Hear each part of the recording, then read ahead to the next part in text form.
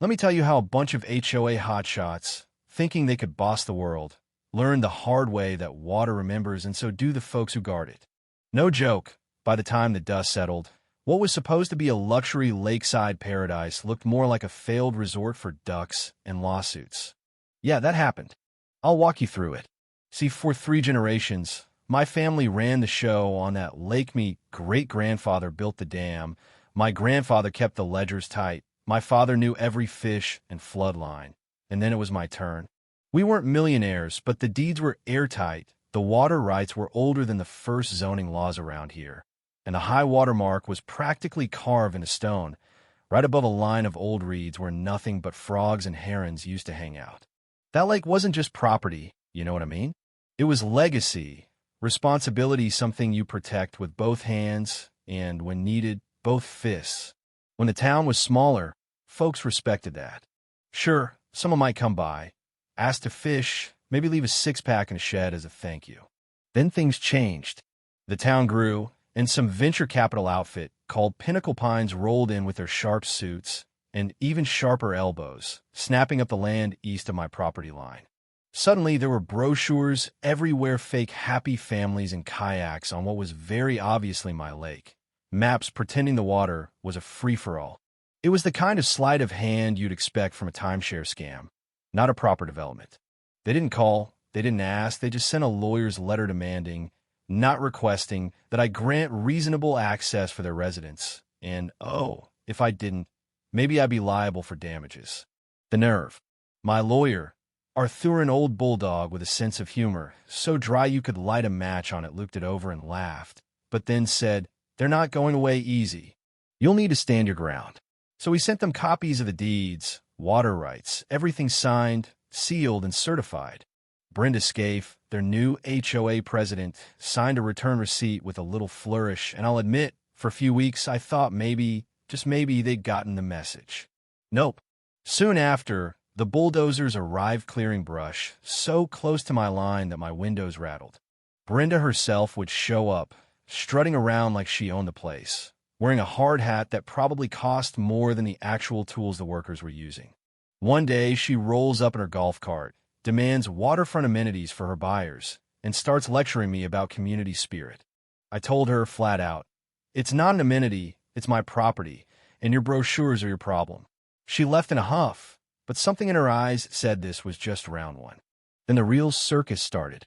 29 house cookie cutter, vinyl siding, all lined up as close to my lake as humanly possible, like they were daring me to do something. Foundation after foundation, poured practically on the historical floodplain, right where the high watermark sat. Either their surveyors flunked basic geography, or they figured I'd never actually push the water level to its legal maximum. And let's not even get started on the trash lumber, cement bags, food wrappers, all drifting down to my shoreline. Every time, I'd file a complaint. Every time, I got the same canned response. "We'll speak to our contractors." Meanwhile, their marketing ramped up big billboards on the highway and a website showing their new dock, which, by the way, was photoshopped onto my property. Arthur sent more cease and desist letters, and they responded with legal mumbo-jumbo about natural rights and community access, like they could lawyer the lake into changing ownership. Brenda kept pushing, showing up with 2 rent-a-cop types trying to measure out a canoe rack on my ramp. I made it clear trespass again, and the sheriff would get a call. They backed off, but by then it was a war of nerves.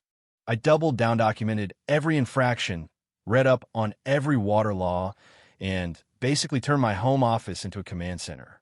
But you want to know when I figured out how to really turn the tables? Late one night, I dug out my great-grandfather's dam plans. There it was, in his spidery script. The absolute highest water level allowed by the engineering, the legal documents, and the county's own maps.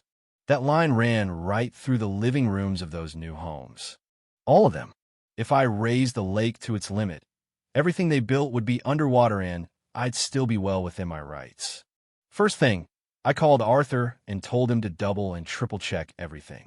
Then I called George, an old family friend and a retired civil engineer, to make sure the dam could handle it. George checked it out, patted the stonework, and said she was solid, just do it slow, keep an eye on things. With that, I had a plan. So here's how it went down. Early one Tuesday morning, overcast sky, the kind that makes you feel like anything could happen. Most of the houses were technically sold, but hardly anybody had moved in. I did a sweep of the shoreline and no stray dogs, no fishermen, nothing. Then I walked into the old stone pump house, put my hands on the iron wheel, and started turning, just like George showed me. Slow, steady, deliberate. Every 15 minutes, another quarter turn, and every hour the water crept a little higher. By lunchtime, the difference was there if you knew where to look. Crocs disappearing, reeds half submerged. On the far shore, a construction manager started waving his arms, and soon Brenda's golf cart showed up again. By mid-afternoon, the lake was knocking at the back doors of those houses, then crawling into their basements. My phone started ringing unknown numbers, then Arthur. "They're panicking," he said, trying not to laugh. "Their lawyer is accusing you of flooding them on purpose." I told him to remind them I was simply following the law and my rights. By sunset, it was chaos across the water. I saw people waiting, carrying boxes, a few just standing there in disbelief. Brenda was on the phone, so much I thought she might actually wear the buttons off. Finally, the sheriff's deputy pulled up. Nice kid, didn't want trouble, just wanted to know what was going on.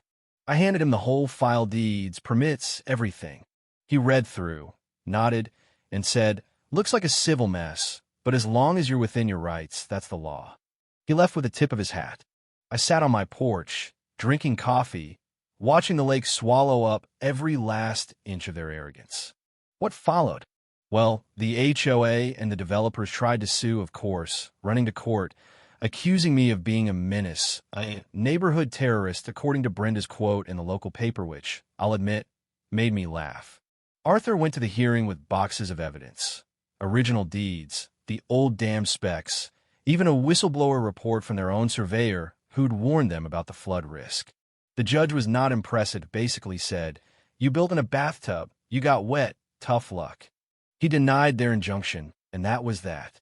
The fallout was something to see. Homeowners banded together in class action suits. Insurance companies refused to pay, and the development company went belly up. Brenda disappeared from view.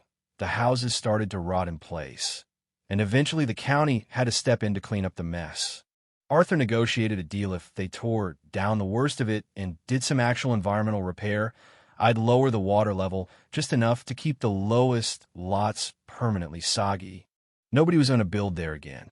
These days, when I walk the lakeshore, the old pump house stands guard like it always did, and the only sounds I hear are the wind and the birds reclaiming what's theirs. My family's legacy is safe, at least until the next big idea rolls in from the city. So, here's my Abacito your homework before you buy land near water, and never bet against the guy who holds the wheel to the flood. But hey, maybe you think I went too far? Maybe I didn't go far enough. Drop a comment, let's hear where you stand on the line between justice and revenge.